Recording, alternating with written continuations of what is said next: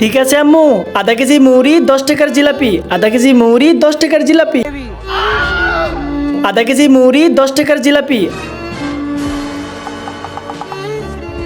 আবে আমার সাইকেল কোথায় গেল? কি হয়েছে তোমার?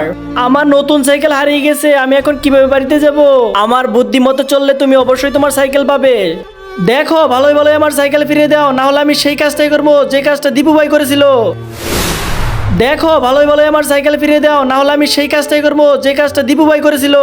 হে আল্লাহ, যে এই পবিত্র কোরআনটিকে দেখার পর ভিডিওতে লাইক করে চ্যানেলটিকে সাবস্ক্রাইব করে দেবে এবং এই ভিডিওটি 10 জনের কাছে শেয়ার করবে, তাকে তুমি পরীক্ষায় পাশ করে দিও। কমেন্টে বলুন আমিন। আরে ইয়ার, মনে হচ্ছে দীপু অনেক ভয়ঙ্কর মানুষ। আমি বরং তার সাইকেল ফিরিয়ে দেই। এই নাও ভাই তোমার সাইকেল, আমি চুরি করেছিলাম, আজকের মতো মাফ করে দিলাম, ঠিক আছে? দাঁড়াও ভাই, এটা তো বলে যাও দীপু ভাই কি করেছিল।